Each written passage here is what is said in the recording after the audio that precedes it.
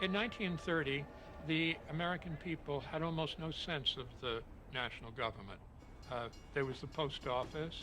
Occasionally you'd see a soldier on the street. The national government had very little direct impact on the lives of ordinary Americans. There were no parachutes in those days. There was no Social Security, no unemployment insurance, no nothing. You just were on your own.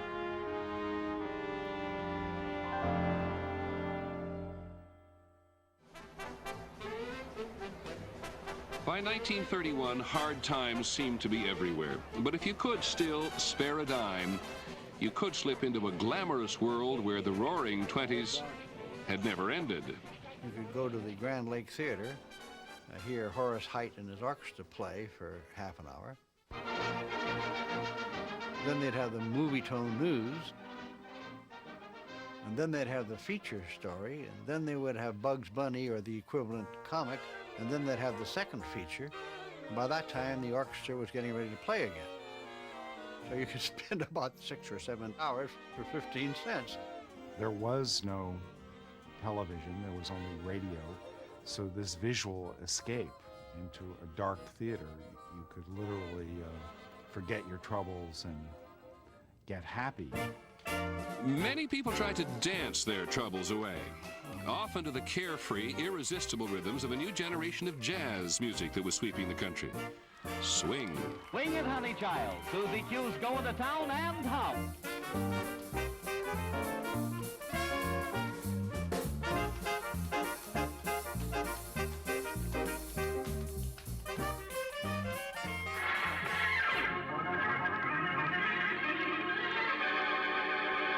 Richard Calmer as Boston Blackie.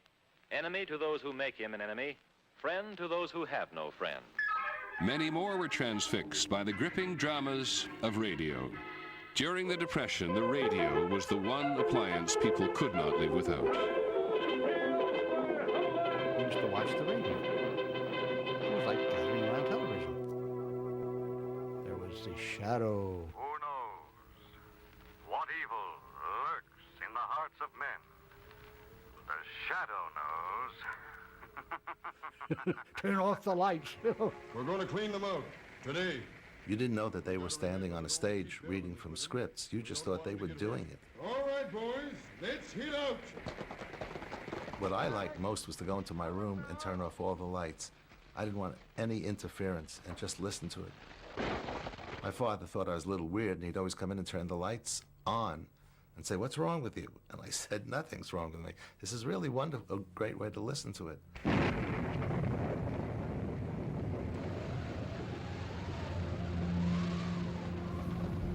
But sooner or later, people had to turn the radio off. They had to leave the movie theater. And when they did, the Depression was still there, waiting.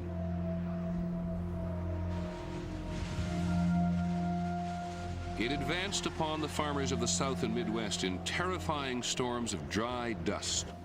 It was one of the worst droughts in American history. The land itself was blowing away.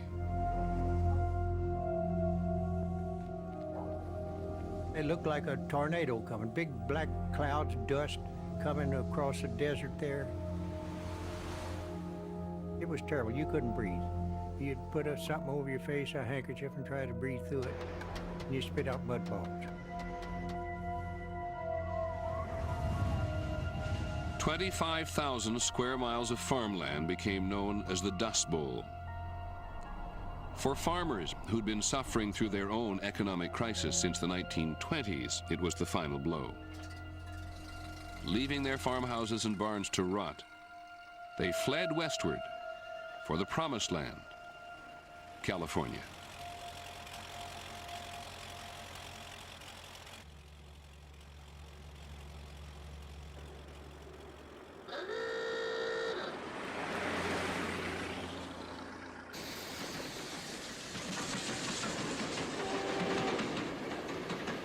Dust-weary farmers joined millions of other penniless people who were wandering the country looking for a second chance. The transportation of choice was the freight train. Riding the rails was dangerous. The trains were patrolled by vicious guards. But the price was right. When it's going to leave, they give you the highball. And that's 2 shorts and a long. Man, you better get ready then, because he's pulling out.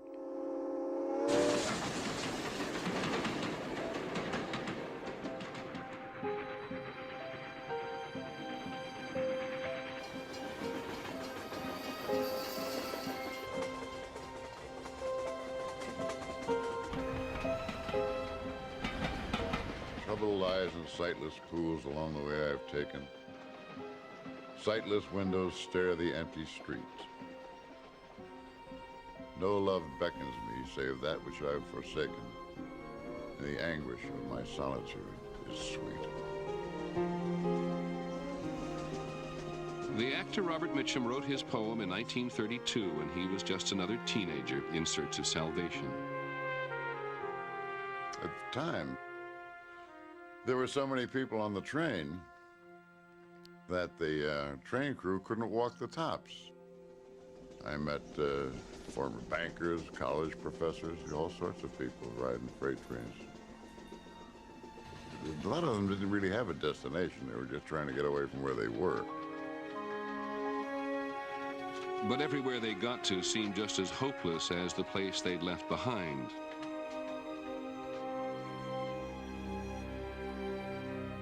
Numbers of towns would arrest those people who came there. There was particular concern about what were called the wild boys of the road. President Hoover sent undercover agents to ride the rails and assess the danger.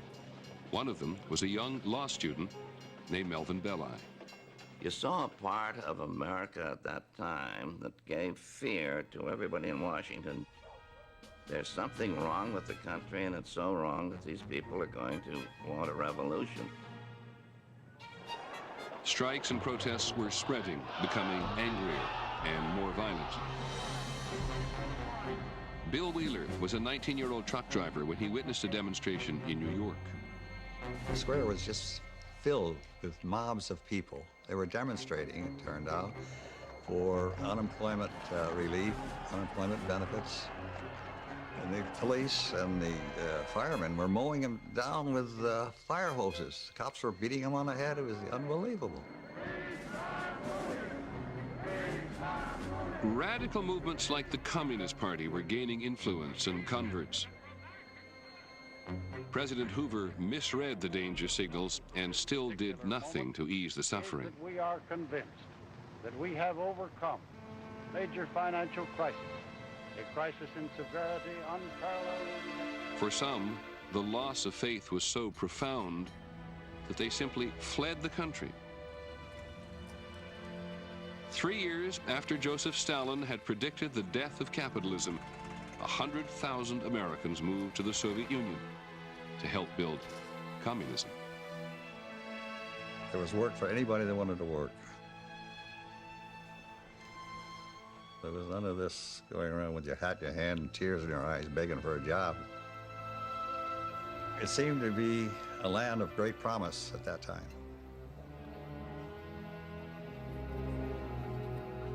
This was the only time in history that more people were leaving America than coming to it.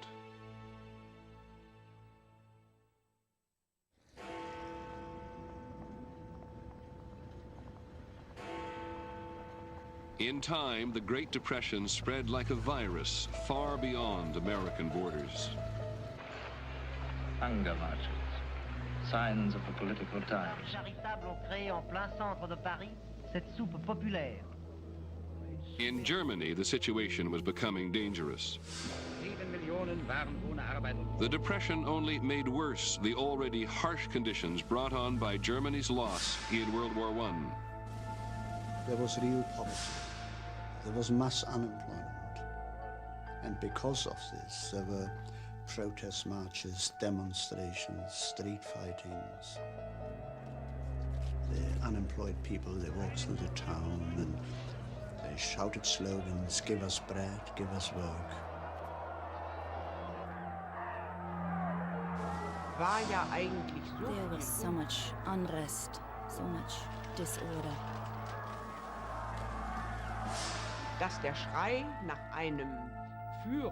We needed a powerful leader, a powerful man to lead us out of it.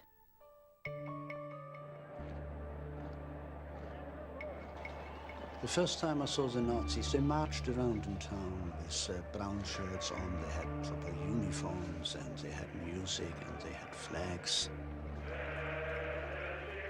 And I remember how it impressed me, something military. And we children, we ran along them and tried to sing their songs.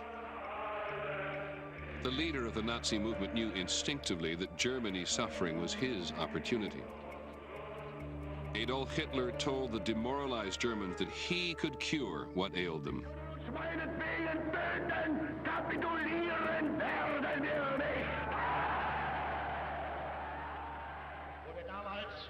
His speeches, they were rousing.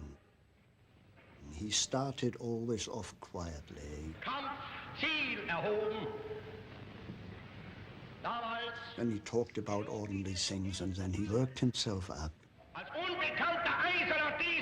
saying something like, our enemies, they think we are the footmat of the world, and I promise you, I will erase all that. We demand our place in the sun, which is rightly ours, and I will lead you there.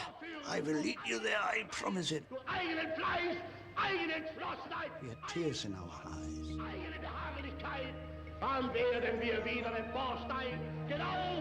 In 1932, Hitler's rapidly growing Nazi party took 37% of the vote in parliamentary elections. Though not a majority, he had outpolled all the other parties. Hitler used his new strength to seize the chancellorship of Germany and destroy opposition to his rule.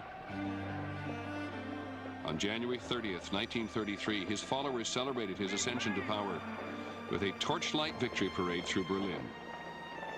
Propelled by hard times, the Nazi era had begun. The procession moved on through the Wilhelmstrasse. Martial music could be heard. The torchlights were gleaming, and there was a strange light in the street. And there was this atmosphere of irreality almost. It's almost black magic. Hitler was able to arouse the masses in such a way that they forgot reason. But he had charisma, no doubt about that. And he promised the people that they would get work. People were desperate, you see. People being desperate, they will run after a man like Hitler.